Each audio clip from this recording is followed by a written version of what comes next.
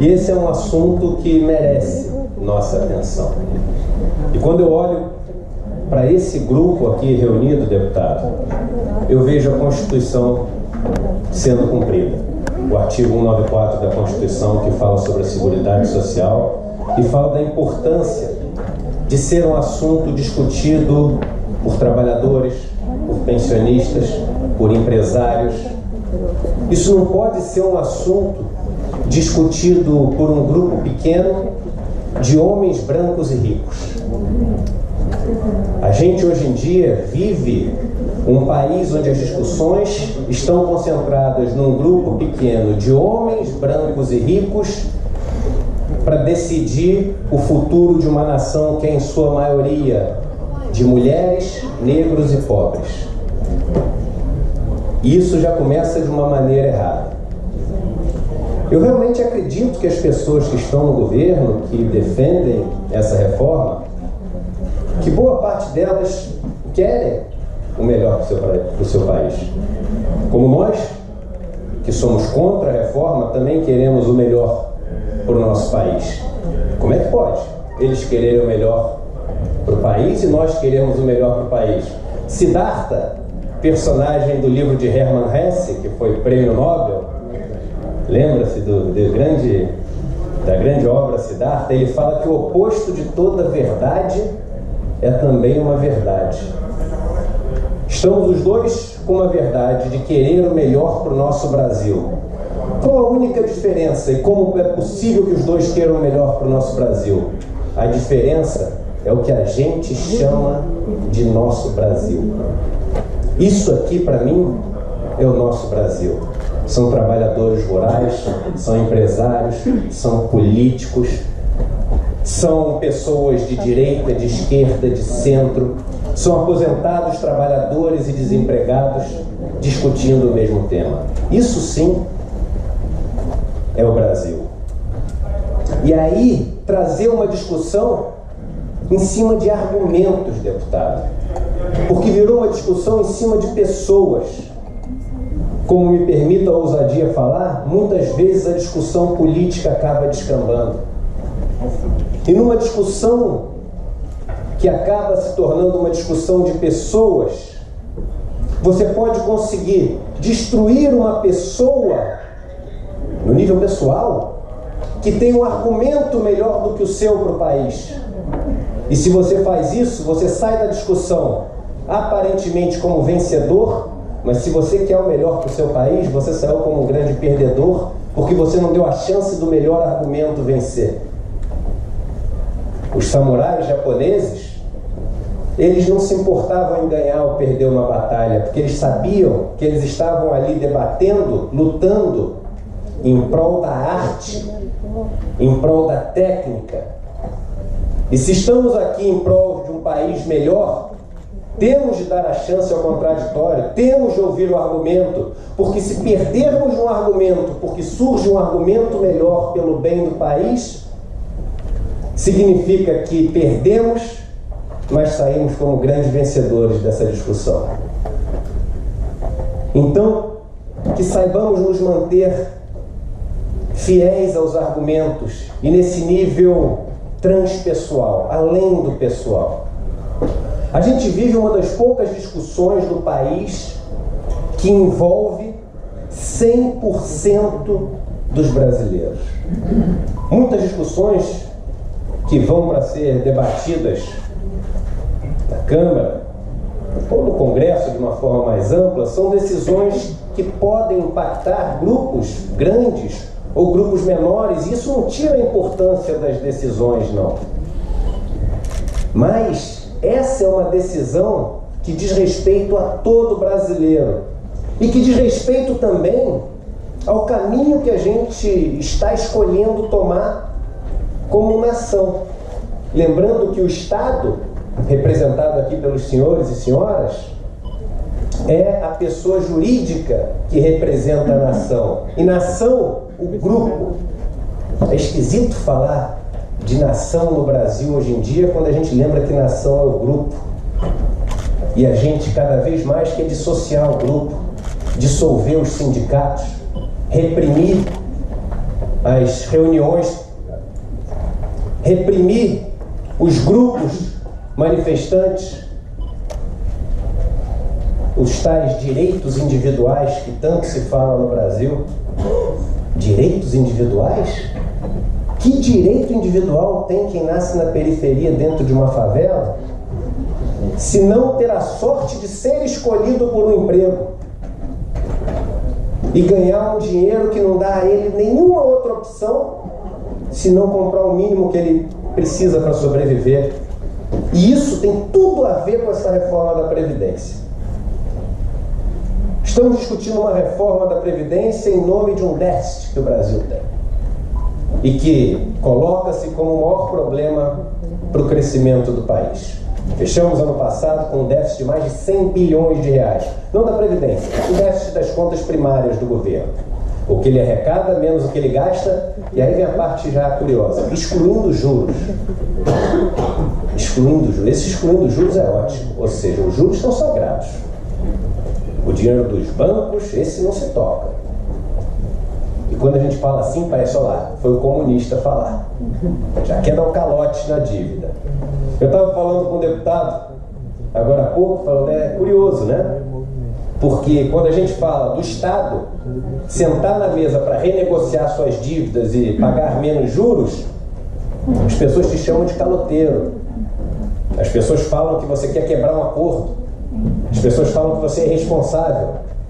Então os ricos não aceitam que o governo sente para negociar os juros com eles, que são os grandes credores da dívida brasileira. Mas e quando os ricos devem ao Estado? O que ele senta para fazer? Ele senta para negociar? Não é isso que o Refis faz? Não é isso que todos os outros programas de perdão de dívidas fazem? Então como é que funciona? Quando é a minha dívida, eu quero sentar para negociar e tenho esse direito. Quando é a sua dívida, você não tem esse direito. E uma dívida que, diga-se de passagem, e é importante porque tudo isso faz parte do arcabouço que está por trás dessa discussão que a gente está tendo, uma dívida que a gente tem do governo federal, que foi tomada para obras que a gente fez no Brasil, que beneficiam muito mais os ricos do que os pobres. Porque o governo pega dinheiro emprestado para levar luz para onde? Para a periferia, para a casa das pessoas que mais precisam, ou para a fábrica que o cara acabou de instalar?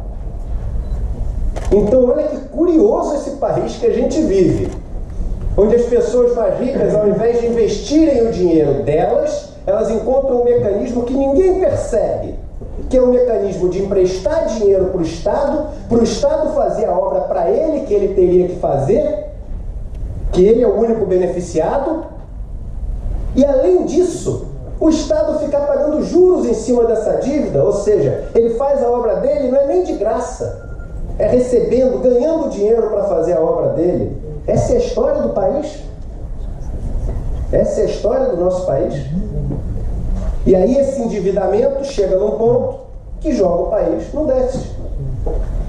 E esse déficit vem principalmente desses recursos que são drenados pelos juros dessa dívida assumida com os indivíduos mais ricos, que são os beneficiados pelas medidas tomadas pelos governos em todas as suas esferas. Nosso déficit no país, no ano passado, foi de cerca de 120 bilhões de reais. O país, em 2015, parou de crescer. Em 2015, o PIB brasileiro cresceu 0,5%. 2016, 2017, o Brasil cresceu, 2014 cresceu 0,5%. 2015, caiu quase 4%. 2016 caiu quase 4%. E nos 2 últimos anos ficou em torno de 1% para cima. No período de 2005 a 2013, veja que nesse período de 2005 a 2013 a gente teve uma das maiores crises que o mundo viveu. A crise de 2008, todos vocês se lembram. Nesse período o Brasil cresceu em média 3,8% ao ano. Quase 4% ao ano. Se o Brasil tivesse crescido de 2014 até hoje metade disso, num período que não teve nenhuma grande crise mundial e num período onde a economia do mundo inteiro cresceu relativamente bem, se a gente tivesse crescido metade do que cresceu ali na década anterior, a gente estaria hoje com um PIB, que é uma produção de riqueza no Brasil, 15% acima de onde a gente está hoje. A gente hoje produz quase 7 trilhões de riqueza por ano no Brasil, é o tamanho do nosso PIB. 15% assim, em cima de 7 trilhões, vai dar um pouco acima de 300 trilhões. Esses 300 trilhões... Não, perdão, 300 trilhões já é multiplicando pelo... A gente teria 1 trilhão a mais. A gente teria 1 trilhão a mais de PIB. Só que esse 1 trilhão a mais de PIB que a gente tem, ele geraria pouco mais de 300 trilhões em receita para o Estado. Por quê? Porque a carga tributária no Brasil, ela é de cerca de 32% do PIB. E aí, com 32% do PIB, com um governo de direita, de esquerda, com o país crescendo, com o país em recessão, essa é a carga tributária, 32% do PIB. Entrem no relatório, vale a pena ver, relatório de carga tributária. Está no site do Ministério da Economia, antigo Ministério do Planejamento, é onde ficava esse relatório. Então a gente teria de receita a mais quase 350 bilhões de reais por ano. Só que esse dinheiro não vai todo para a esfera federal. Porque os impostos que vão para a esfera federal são de quase 70%, 68% para ser mais exato. Teríamos então cerca de 250 bilhões de reais a mais de receita na esfera federal se tivéssemos crescido 2% ao ano. Qual teria sido o déficit no ano passado? Não teríamos déficit. Teríamos um superávit de mais de 100 bilhões de reais. Isso é um fato, inconteste. Existem coisas que eu vou falar aqui que são opiniões. Existem outras que são fatos. Isso é um fato. Se o Brasil tivesse crescido 2%, uma taxa medíocre perto do que cresceu antes, e medíocre perto do que nossos pares no mundo têm crescido, veja, as pessoas falam, porque o Chile cresceu 34% nos últimos 10 anos, temos que imitar o Chile. A Bolívia cresceu 64%. Então vamos imitar a Bolívia? Não temos que imitar nenhum nem outro. Temos que entender os nossos problemas e resolver os nossos problemas. Mas os nossos pares cresceram nos últimos anos. Se o Brasil tivesse crescido 2% ao ano, teríamos um superávit e não estaríamos discutindo a questão da Previdência. E aí, sentamos para discutir uma questão, que é a questão previdenciária, onde, de uma forma tragicômica, ninguém sabe dizer qual o valor real do déficit da Previdência. Veja bem, eu não quero dizer que o valor que eu vou falar é o certo, não. Eu quero afirmar que ninguém fala com segurança qual é o valor do déficit. Como é que a gente pode querer mudar uma coisa tão importante na vida de todo brasileiro se sequer chegamos a um consenso de qual o déficit brasileiro na Previdência? Sequer se tem déficit. Dê um Google, bota no Google, déficit da Previdência. Vocês vão ver, Previdência não tem déficit, o déficit é uma farsa. Déficit de 90 bilhões, déficit de 100 bilhões, déficit de 200 bilhões, déficit de 300 bilhões, qual é o certo? No próprio site, nos sites do governo oficiais, você vê números diferentes. Como é que a gente pode querer reformar uma coisa que a gente não sabe o problema? E basicamente esses números diferentes vêm de metodologias diferentes do que somar ou do que diminuir. Se você olha a conta que muita gente faz, que é uma conta que não é correta conceitualmente, mas vamos fazer para chegar nela, que é o seguinte: com quanto as pessoas contribuem e quanto se gasta no Brasil com os benefícios previdenciários todo ano.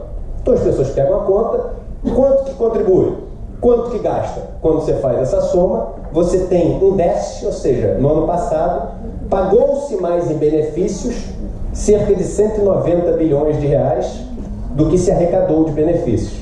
Curiosamente, essa conta vinha até 3 anos antes, ali quase sempre um déficit, entre aspas, me permitam, porque é como é chamado esse déficit, que é questionável chamar de déficit, de 50 bilhões.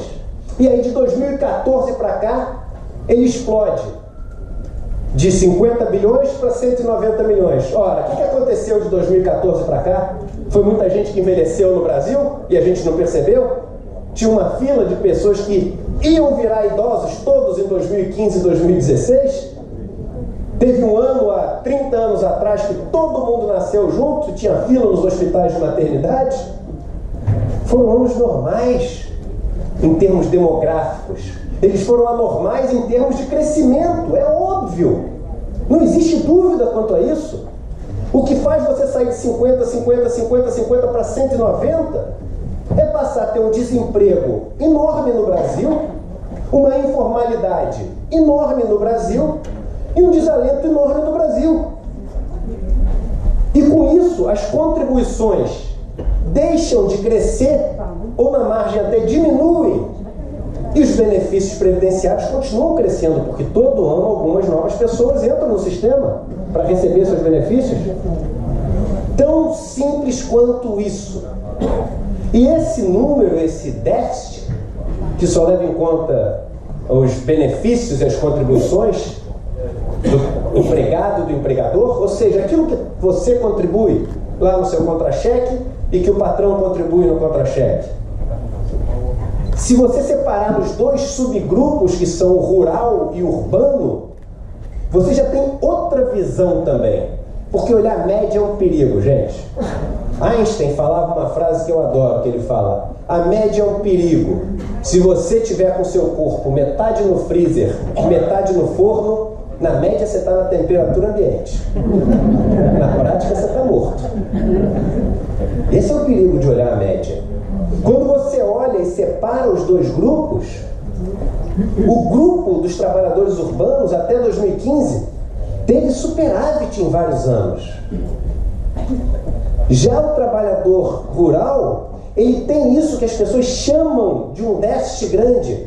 Mas vem cá, será que é justo a gente chamar de déficit uma rede de proteção social para o trabalhador rural?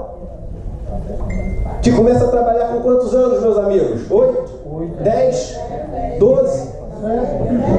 A verdade é que ninguém conhece a realidade do trabalhador rural no Brasil que está em Brasília.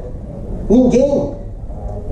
Eu fui morar porque eu também não conhecia e falo de desigualdade sem conhecer, sem viver, sem sentir na pele a desigualdade. Eu fui, há 2 meses atrás, morar 1 mês em acampamentos rurais, os mais rústicos, morando em lonas de plástico, madeiras uma em cima da outra, e conheci 2 coisas. Primeiro, uma realidade que me fez encarar esse desafio de lutar contra essa reforma da Previdência, um desafio que ele é uma decisão pessoal. Eu não sou consultor de ninguém, eu não ganho dinheiro para as minhas viagens. Eu faço isso porque eu acredito e pelo que eu vi no mês que eu morei com os irmãos e irmãs trabalhadores rurais.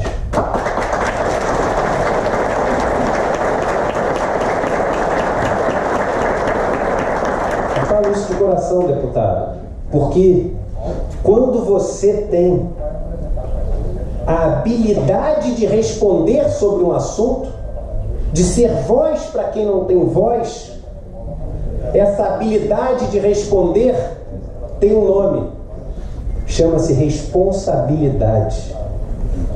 Quem sabe de um problema e não responde por esse problema, não é voz para esse problema, não está sendo responsável. E agora a segunda coisa que eu vi foi uma generosidade, um acolhimento, um senso de coletividade que só pode ter quem trabalha muito perto da terra. Só pode ter quem é verdadeiramente humano, porque a palavra humano vem de humus. Humus quer dizer terra. Então não existe ninguém mais humano do que o trabalhador rural, e ninguém menos humano do que quem quer tirar uma rede de proteção social do trabalhador rural. São pessoas que trabalham há séculos, não é exagero falar, no regime de semi-escravidão ou de escravidão.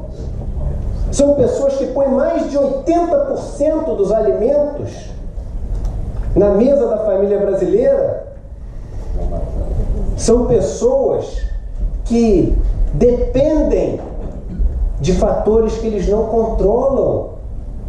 Além de toda a crueldade da exploração humana, dependem de chuva, dependem não só da chuva, mas da chuva cair na hora certa.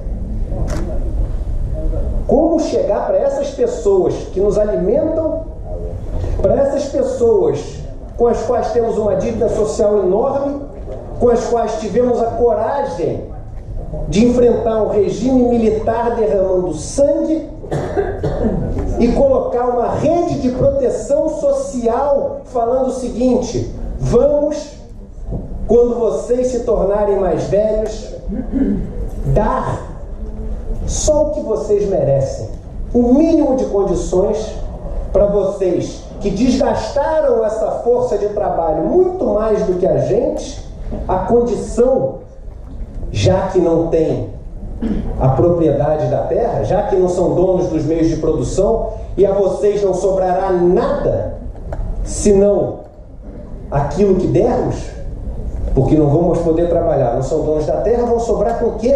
Depois de 50 anos trabalhando para a gente, vamos dar a vocês um mínimo de proteção social, pagando um salário mínimo, que é o que recebe 99% dos trabalhadores rurais, para poder se manter no campo e não ter que vir para a cidade e ser mais um miserável numa comunidade da periferia, sendo um peso para os filhos, para os netos. Não! Viva onde a vida tanto te maltratou, alguns anos de paz. Isso fez a Constituição Federal. E você chama isso de déficit?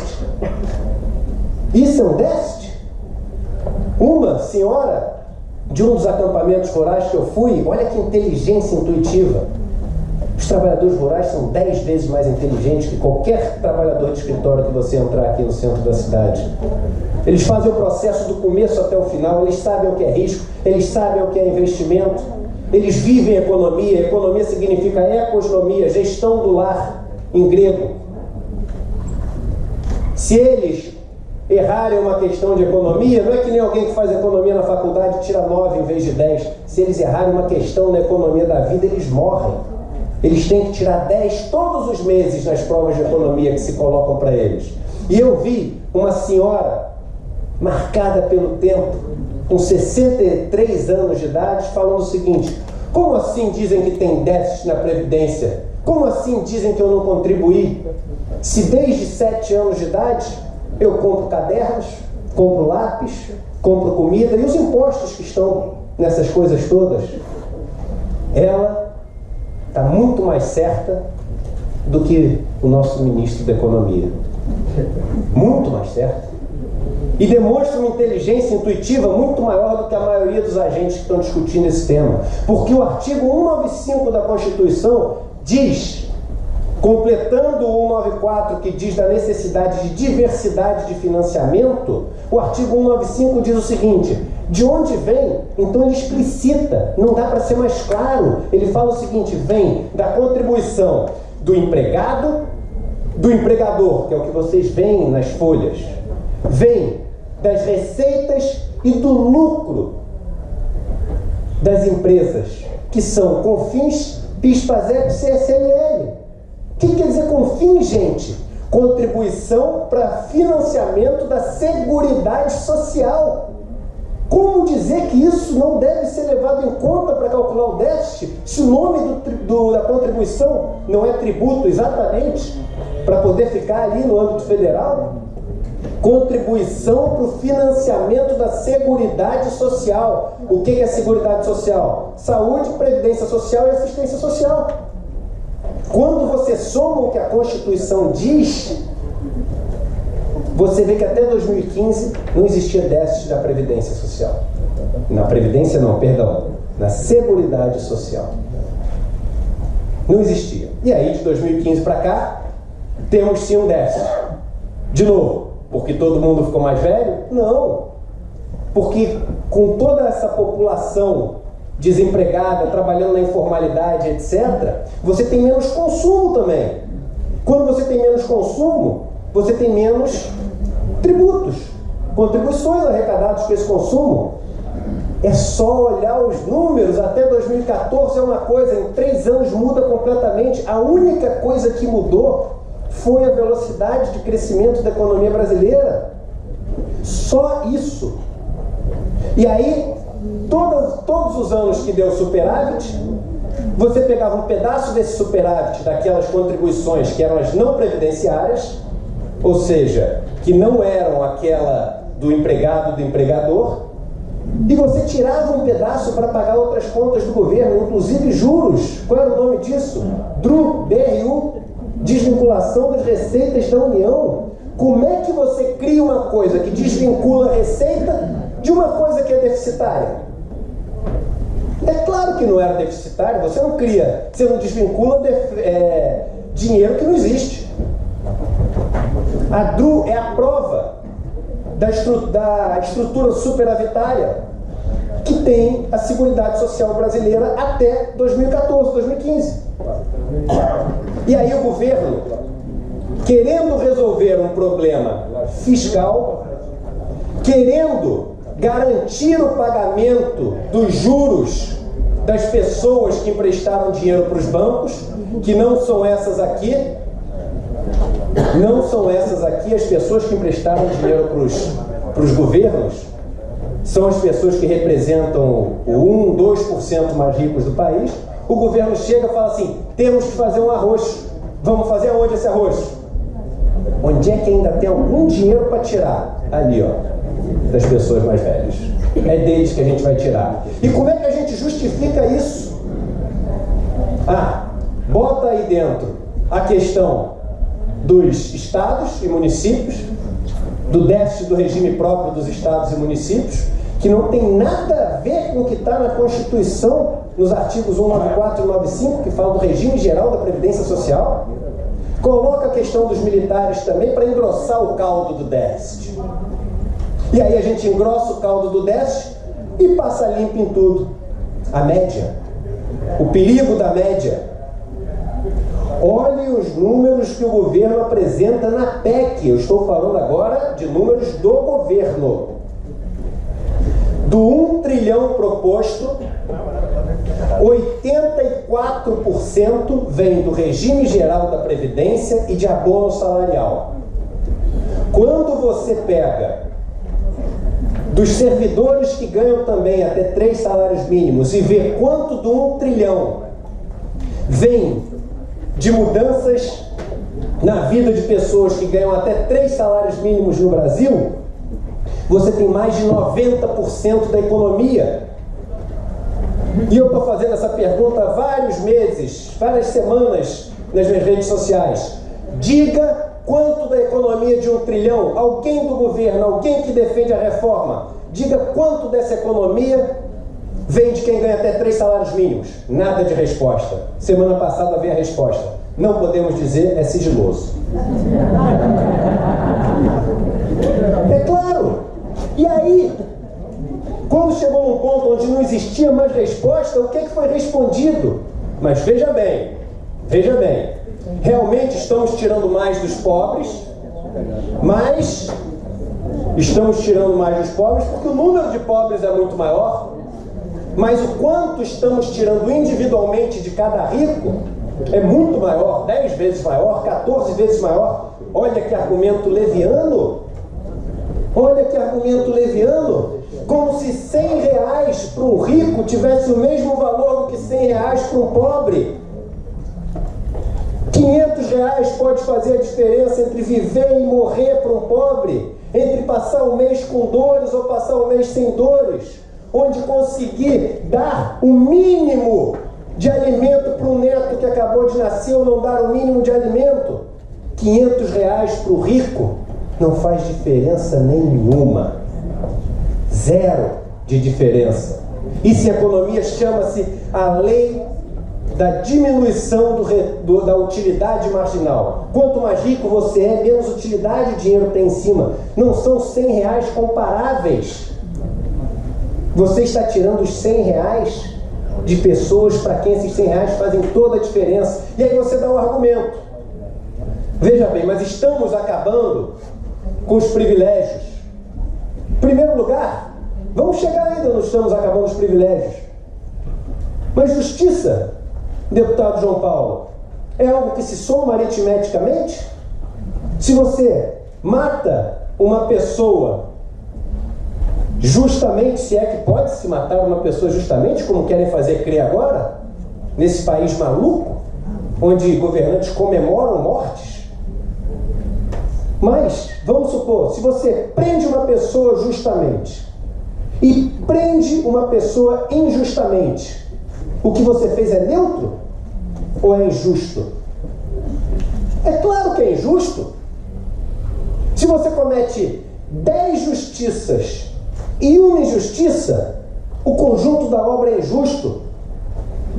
E se você comete uma justiça e 10 injustiças, que é o que essa reforma da Previdência está fazendo, você pega e diz, manchete de ontem do Estadão, dizendo o seguinte: os servidores que ganham mais de 10 salários mínimos vão contribuir com 23 bilhões.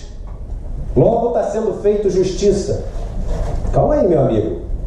Faltam 980 bilhões para você me explicar. Que justiça é essa? A justiça de acabar com o abono salarial de pessoas que ganham 1 e 2 salários mínimos, 1 salário a mais por ano, que volta metade quase para o governo imediatamente, porque essas pessoas tudo que ganham gastam e voltam em impostos. Você acabar com o aposentado rural, porque você está acabando, gente. Você tem que entender que no campo, uma coisa que já é difícil é você comprovar que trabalhou 15 anos. Outra que é impossível é você contribuir 20. Como você vai contribuir? E não são 20 anos assim. Naquele primeiro ano eu contribuí em janeiro. No outro eu contribuí em fevereiro. Não, são 240 meses. E aí o cara lá do escritório, com ar-condicionado, branco, rico, de família herdeira, fala o seguinte: não, faz o seguinte, põe ali para ele 600 reais por ano para contribuir só. São 50 reais por mês. Que diferença faz 50 reais por mês? Ele nunca pisou num acampamento. Ele não sabe a diferença que faz 50 reais por mês. Ele não sabe que quando você não tem a safra do jeito que você imagina, 50 reais por mês são todo o dinheiro do mundo. São todo o dinheiro do mundo. Mas o que eles querem? Fazer o ajuste em cima dessas pessoas. Estados como Pernambuco e outros estados do Nordeste sofrem muito mais. Por quê? Você sabe quanto por cento das aposentadorias concedidas no Maranhão são para aposentadorias rurais? 70%. 70%. Essa reforma, ela acentua as desigualdades regionais, acentua as desigualdades raciais, acentua as desigualdades de gênero. E aí se propõe fazer um regime de capitalização. Resumindo, a capitalização é o seguinte: olha, o governo não tem mais nada a ver com isso. Cada um vai juntando um pouquinho e no final da vida vê quanto você juntou. Não sei quanto vai ser, porque isso vai estar sujeito aos riscos de mercado. E aí a gente pega esse bolo que sobrou no final e divide para você. Nada mais justo. É matemático, olha. Não dá para discutir injustiça nisso? Será que é justo perpetuar uma sociedade injusta? Será que é justo fazer com que o país onde 35% dos negros jovens são pobres e 25% dos brancos jovens são pobres, na terceira idade menos de 10% dos dois são jovens, porque a aposentadoria vem e com piso e com teto ajusta essa desigualdade racial? Será que é justo deixar de cometer esse acerto, esse ajuste de contas? Será que é justo chegar para uma mulher que trabalha no campo e em casa, tem um trabalho dobrado, que tem que parar de trabalhar quando tem seus filhos para poder prestar um serviço à família e à nação como grupo, e que quando tem o emprego, é um emprego que recebe muito menos que o homem? Será que é justo pegar essa irmã que ganha menos, consegue trabalhar menos anos da vida e vive mais, e quando você joga numa conta matemática, se ela trabalha menos, contribui menos, se ela ganha menos, contribui menos, se ela vive mais, para poder chegar até o final da vida dela, eu tenho que pagar uma parcela menor. Será que é justo a conta matemática fazer essa mulher, o berço do país que a gente tem, o colo para as nossas crianças, o aconchego de quem nasce miserável no Brasil, o único aconchego? Será que é justo a gente chegar para uma mulher dessa e falar o seguinte: agora a conta mostra que você vai receber bem menos do que recebia antes? Por quê? Porque somos um país matemático, não somos um país humano. É isso que a capitalização faz. A capitalização faz com que o trabalhador corra o risco de uma crise econômica levar embora todo o dinheiro dele. E aí, quanto que o banco vai perder nisso? Nada. Quando você cria o seu fundinho lá no regime de capitalização, o banco e as seguradoras têm que aplicar esse dinheiro. Sabe onde 1/4 desse dinheiro é aplicado? Na Bolívia, no Chile, nesses lugares. Bolívia não, porque não tem mais o regime de capitalização, reestatizou. Mas sabe onde é aplicado esse dinheiro? Nos certificados bancários. E você sabe o que o banco faz com esse dinheiro? Empresta para as pessoas. Sabe o que isso significa? Que você pega emprestado o teu dinheiro e paga uma fortuna para o banco. É isso. Quando você cede o dinheiro, que eles não querem que você faça o caminho do dinheiro, é isso que você faz. O banco não mexe no dinheiro dele. Você pega o teu dinheiro emprestado e paga um juros enorme para o banco. Esse é o regime de proteção social? Gravem isso. País com tecido social fraco tem que ter proteção social forte. Vamos nos comparar agora com Noruega, Dinamarca, Suécia? Então vamos nos comparar com Noruega e Suécia. Vamos imitar a solução da Noruega e da Suécia. A solução da Noruega e da Suécia foi na década de 30 do século passado juntar todos os seus trabalhadores, juntar os pequenos e médios proprietários rurais e ganharem nos votos o governo dos liberais e conservadores, instituindo no país a universalidade do ensino, a universalidade da educação, a renda mínima e o pleno emprego. Se quisermos copiar eles, é assim que a gente tem que copiar. E não pegando o ponto onde eles chegaram e querendo fazer agora como se num passe de mágica a gente fosse virar a Noruega ou Suécia. Estamos copiando o Chile. O Chile é o país da OCDE que tem a maior taxa de pobreza junto com a Turquia, maior desigualdade, coeficiente de Gini. Chile tem a 83ª maior renda per capita do mundo. Se é para imitar quem deu certo, vamos imitar Mônaco. Vamos fazer o que Mônaco faz? Se é só imitar que dá certo. Estamos imitando o Chile, que é um país que 50% das exportações vem de um só produto, o cobre, que multiplicou por 4 o preço nos últimos 20 anos. O Brasil tem uma economia 7 vezes maior e exporta 7 vezes menos cobre. Não temos nada a ver com o Chile. Ponham na cabeça como funciona o sistema social, financeiro, econômico do Brasil.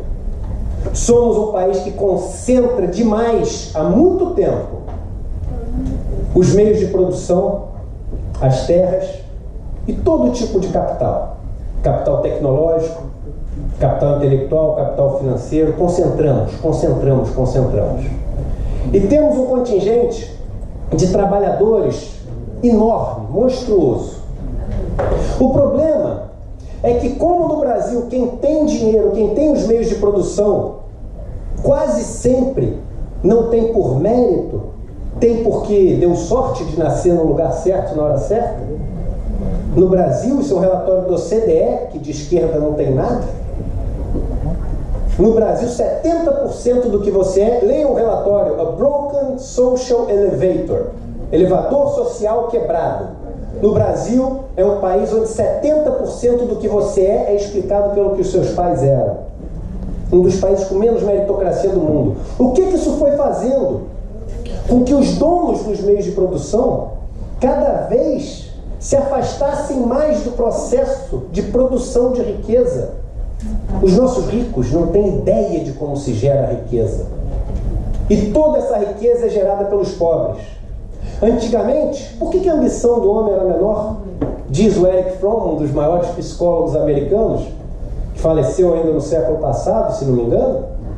Ele dizia o seguinte: quando o homem ele tinha próximo dele o processo de produção, ele contribuía com o processo de produção de riqueza, ele sabia que o quanto ele podia ter de dinheiro tinha um limite, que era o limite do quanto ele conseguia contribuir para a geração de riqueza. Psicologicamente, a ambição dele tinha um fim.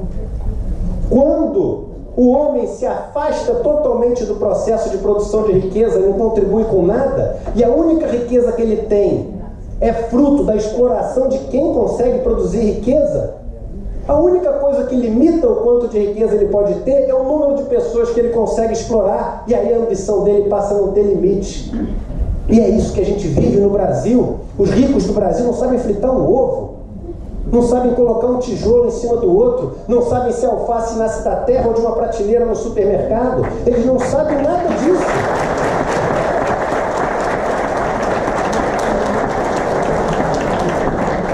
E isso torna, olha que curioso, isso torna o rico brasileiro uma figura extremamente forte por um lado, porque detém todos os meios de produção, mas extremamente frágil pelo outro, porque sem o trabalhador ele não é nada. Ele é um castelo de cartas, ele é uma casa vazia, ele é um pote oco. Ele é um castelo de areia, ele não é nada. Mas aí o que ele faz? Olha que engraçado. Essa fragilidade dele, ele conhece a fragilidade dele. E ele fala o seguinte: para eu conseguir me manter onde estou, eu dependo dessas pessoas. Não posso perdê-las. E o único jeito de não perdê-las é não deixar que elas tenham acesso aos meios de produção. Porque se você dá para um trabalhador rural a terra, em 2 anos ele nunca mais vai precisar de você. Sabe qual diferença faz para o cara que mora no campo, tem agricultura familiar, cria as galinhas, os porcos dele, planta o alface, o milho, o feijão que ele come, o arroz de sequeiro? Você sabe qual a diferença que faz se tiver hiperinflação no Brasil, na vida desse cara? Nenhuma. Isso incomoda demais muita gente. Se você chega para uma pessoa que não tem o meio de produção e dá para ele a possibilidade de comprar esse meio de produção, financiando essa compra numa taxa de juros mais baixa do que o quanto ele consegue ter de retorno dessa terra ou dessa máquina, ele deixa de ser um escravo independente do dono de meio de produção, ele mesmo compra o meio de produção e vai pagando essa compra com o quanto ele consegue gerar de riqueza. Vocês entenderam por que a taxa de juros é alta no Brasil? Não é só para fazer os bancos ganharem muito dinheiro, não. É para não permitir que o pobre e o trabalhador tenham acesso ao meio de produção, que é o que sustenta essa turma que não sabe gerar riqueza. É por isso. Como é que você pode fazer mais para essas pessoas serem dependentes suas e não irem atrás dos meios de produção. Primeiro, não deixem elas se juntar. Acabem com os sindicatos, desidratem os sindicatos, reprimam as manifestações populares, ridicularizem aqueles que lideram, tirem a cola do tecido social dos trabalhadores, enfraqueçam os grupos, porque sozinhos eles são muito mais fracos.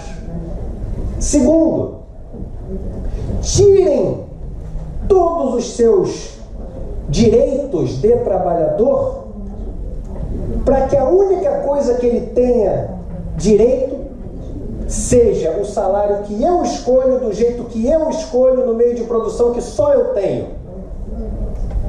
Que país triste a gente tem, onde a pessoa que passa fome, a pessoa que passa necessidade e está lá ávida por gerar riqueza e sabe, isso é o mais triste, sabe gerar riqueza.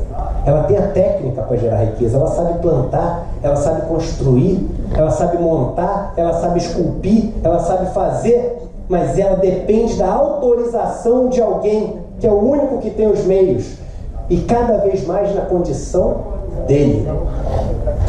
E aí, a gente pega esse país e vai aprofundando o grau de dependência. O que a reforma da Previdência faz?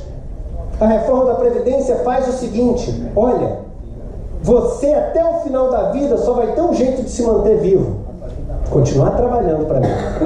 Você não vai se aposentar nunca. Eu não quero que você pare, eu quero que você fique dependente até o final da vida. E algumas pessoas simplesmente não vão aguentar. Algumas pessoas simplesmente não vão ter força. Vários empregos vão sumir, porque o capitalismo armou uma cama de gato para ele mesmo. Desde Adam Smith, lá atrás, ele foi falando o seguinte: vamos fazer especialização do trabalho. Especializa, especializa, especializa, especializa. E quanto mais você especializa, mais você consegue otimizar a sua produção. E ele foi especializando, especializando, especializando. E as coisas ficaram tão repetitivas, tão fáceis de se replicar, que chega o mundo das máquinas e olha para aquilo e fala: ah, mas isso a máquina faz. Então a gente criou um mundo que é facilmente substituível por máquinas. E com isso, o trabalhador vai cada vez indo para a ponta de baixo da distribuição de riqueza. Por quê? Porque você vai substituindo por máquina e só não substitui aquilo que a pessoa ainda aceita fazer mais barato do que a máquina, porque você ainda não tem tecnologia suficiente, ainda. Então a tecnologia vai jogando as pessoas cada vez para a ponta mais pobre e substituindo elas.